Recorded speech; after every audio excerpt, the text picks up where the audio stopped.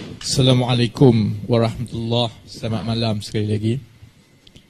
Saya nak ambil kesempatan dalam 5-6 minit terakhir ini untuk mengingatkan balik diri saya dan juga mengingatkan sahabat-sahabat, baik yang pimpinan menawarkan diri, baik yang hadir untuk mendengar, baik yang menonton di luar, bahawa kita kena perlu perbetulkan niat kita dalam perjuangan kita dalam parti ini. Saya daripada hari pertama, lebih sebulan yang lalu apabila saya menawarkan diri, saya ada 4 saja tujuan dan ini niat saya yang betul-betul.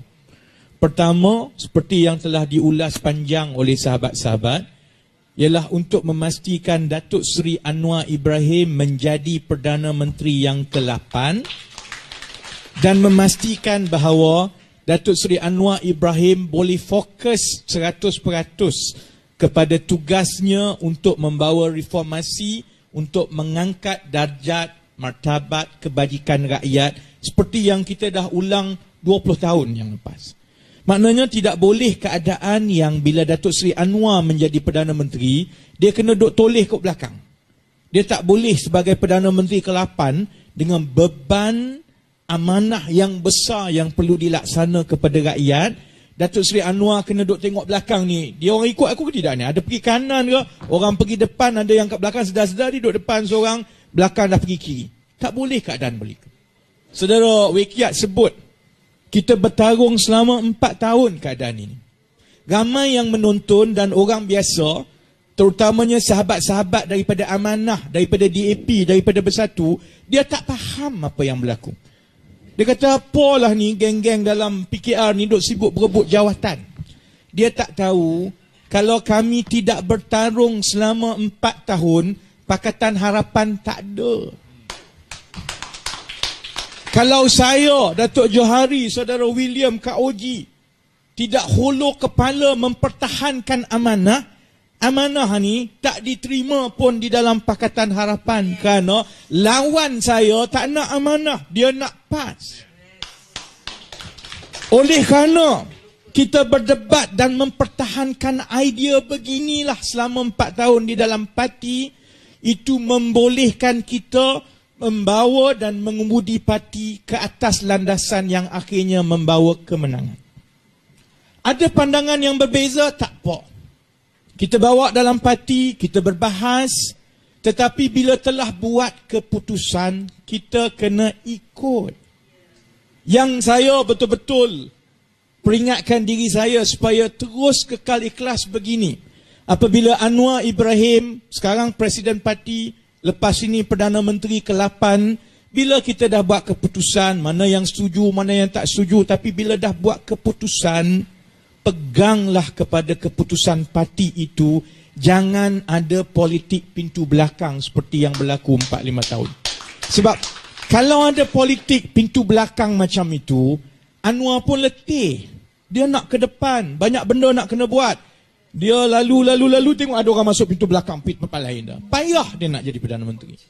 Jadi itu yang pertama, niat saya, supaya kita pastikan barisan kepimpinan daripada timbalan presiden ke bawah itu benar-benar sekapal, sehati, sejiwa, sekepala, satu niat dengan Anwar Ibrahim, kerana Anwar Ibrahim ada tugas yang cukup besar sebagai Perdana Menteri ke-8.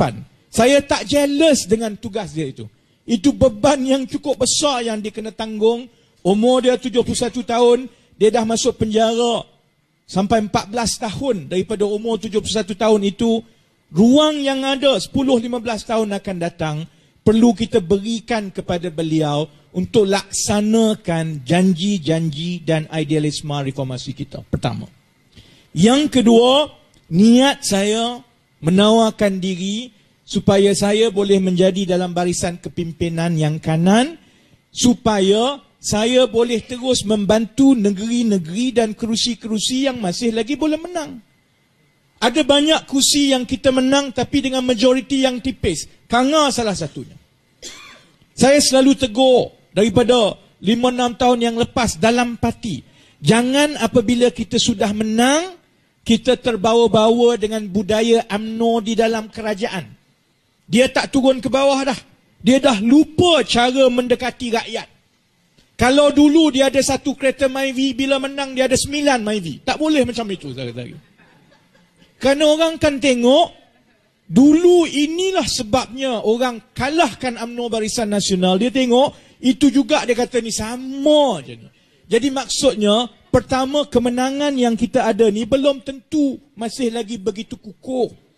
Yang kedua, mentang-mentang dah menang Kedah, dah menang Penang, dah menang Perak, dah menang Selangor, kamu lupa Perlis yang cenonek kat hujung ni. Negeri ini masih lagi perlu dimenangkan. Dan untuk menang di Perlis, menang di Kelantan, menang di Terengganu, perkuatkan di Sabah, menang di Pahang dan menang Sarawak, parti perlukan pimpinan-pimpinan yang ligat di bawah. Kalau saya tak ligat, saya tak tahulah orang nak kata apa. Kalau rekod saya selama 3-4 tahun berkempen di bawah, di kerusi-kerusi yang orang tak nak jenguk, kalau itu bukan satu prestasi yang perlu dipertimbangkan, maka terpulanglah kepada parti, kerana itu bermakna lepas ini kita akan bergantung sepenuhnya kepada kempen jabatan kerajaan untuk kekal dalam kerajaan. Tak mudah, saudara-saudari. Kami pernah jadi kerajaan di Selangor.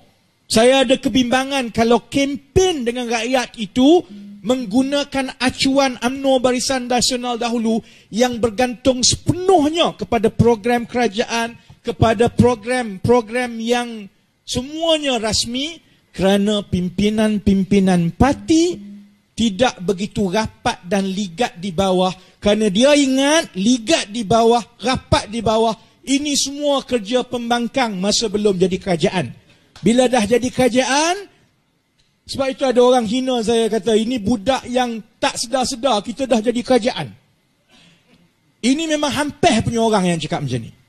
Kerana dia tak sedar. Bila dia kata budaya pembangkang ini kita mesti lupakan, dia lupa bahawa bila masuk kerajaan itu, lama-lama dia jadi pekat macam UMNO. Dia tak keluar pejabat dah. Dia duduk dalam bilik aircon dia, dia terima laporan-laporan pegawai, lama-lama dia buat komen macam Ahmad Maslan. Jangan salahkan Ahmad Maslan jadi macam itu. Itu budaya yang duduk terperap dalam pejabat bila lama sangat jadi kerajaan, sampai dia lupa macam mana nak sentuh kasih rakyat, macam mana nak tanya khabar, macam mana nak makan di gerai macam rakyat biasa. Jadi kita perlu pertahankan gerak kerja dan daya usaha kita yang mirip kepada pembangkang itu, kerana itulah yang akan mendekatkan kita dengan rakyat. Kalau kita ada menteri-menteri kanan di dalam kerajaan, silakan. Tapi kita perlukan juga pimpinan-pimpinan parti yang ligat di bawah, walaupun orang tuduh kita tak sedar-sedar dah jadi kerajaan. Sebab saya sedar kita dah jadi kerajaan lah, maka ada orang-orang macam saya dan sahabat-sahabat yang hadir di depan ini yang tidak berkehendakkan jawatan, tetapi mahu memastikan kita terus imbangkan di antara nadi kita dengan rakyat dan juga jawatan-jawatan yang diputuskan oleh wakil-wakil kita di dalam kerajaan. Niat kedua. Niat ketiga, saya, Anwar Ibrahim kata budak degil. Ini Anwar kata. Dia memang degil. Maksudnya kalau saya rasa benda tu betul, walaupun itu Datuk Seri Anwar, walaupun itu Tun Mahathir Mohamad, walaupun itu Najib, saya akan bercakap.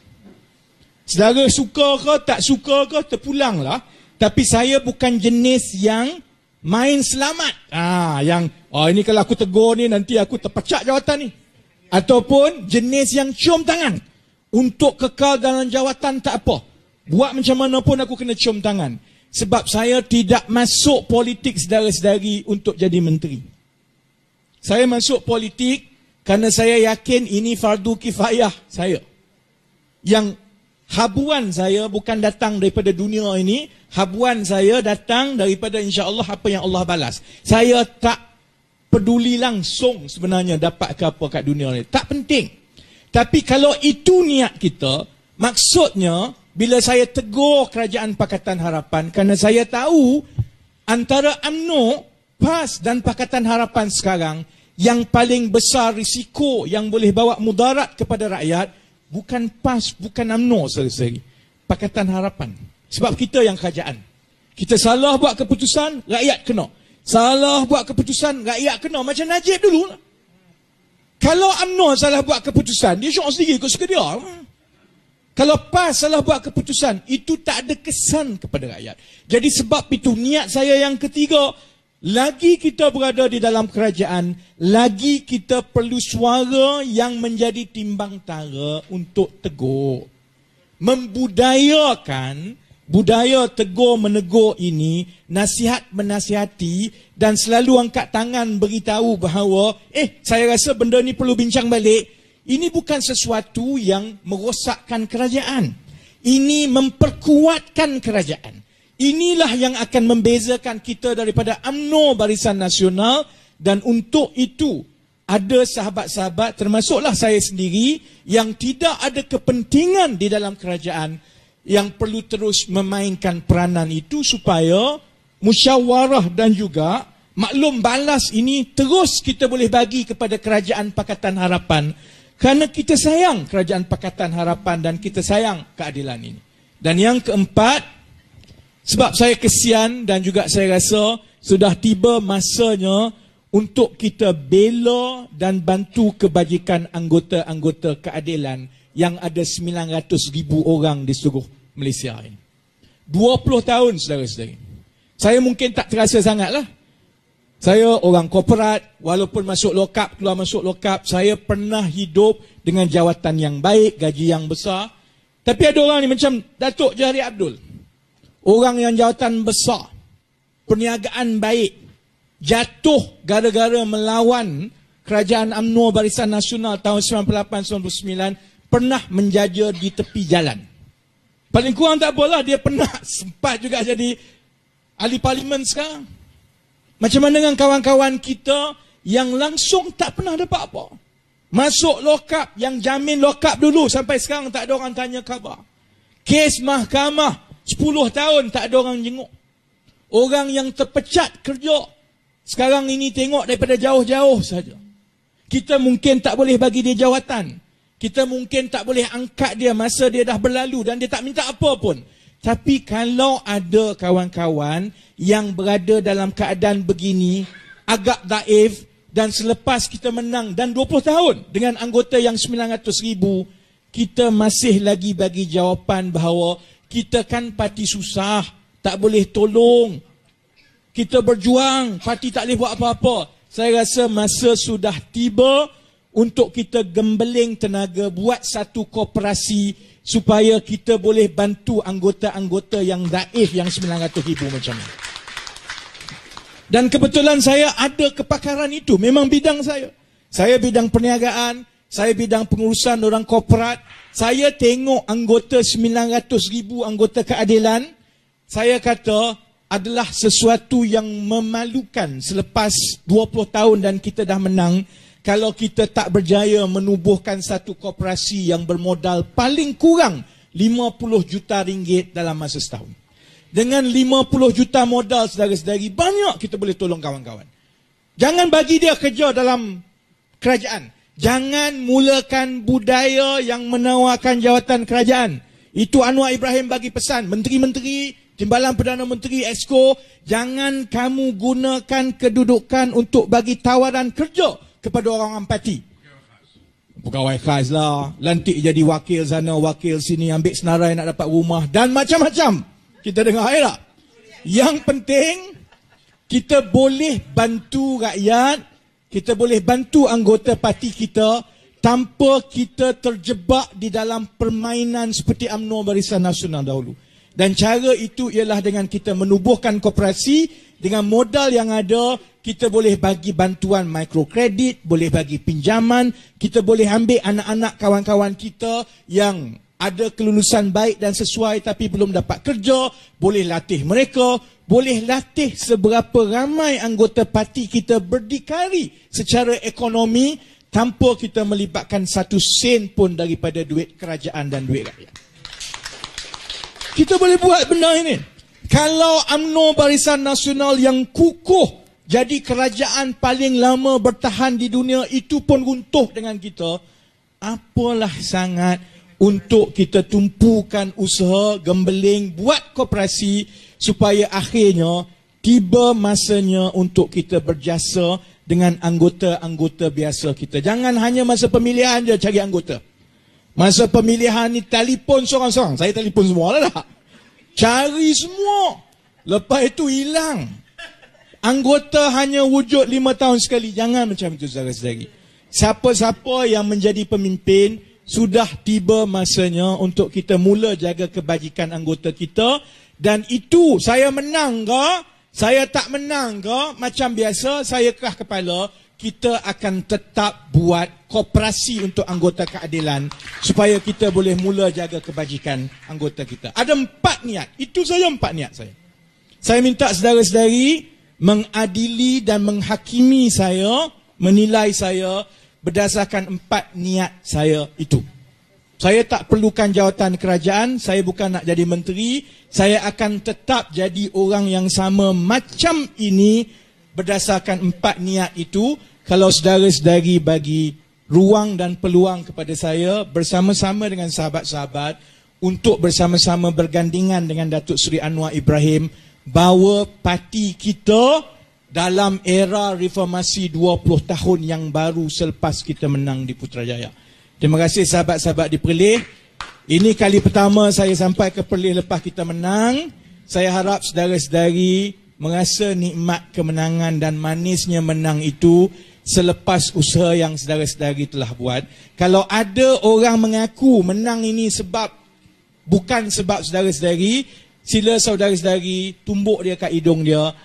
Di Perlis ini negeri yang paling kurang orang tolong. Bila ada kawan-kawan menang di Perlis, ini maksudnya semuanya ini adalah izin Allah atas usaha saudara-saudari bergelumang sendiri tanpa dijenguk selama 20 tahun. Dan tahniah, dan saya harap saudara-saudari kekal dengan perjuangan rakyat supaya kita boleh menang lagi dengan lebih besar dalam pilihan raya umum yang akan datang. Sekian, selamat malam. Wallahu alam. Assalamualaikum warahmatullahi wabarakatuh. Terima kasih. Berikan tepukan gemuruh sekali lagi, saudara. Sekarang saya nak tanya betul-betul orang Perlis. Boleh ke orang Perlis beri undi pasukan ni? Boleh ke? Slow je. Boleh ke? Kuatlah sikit. Boleh ke?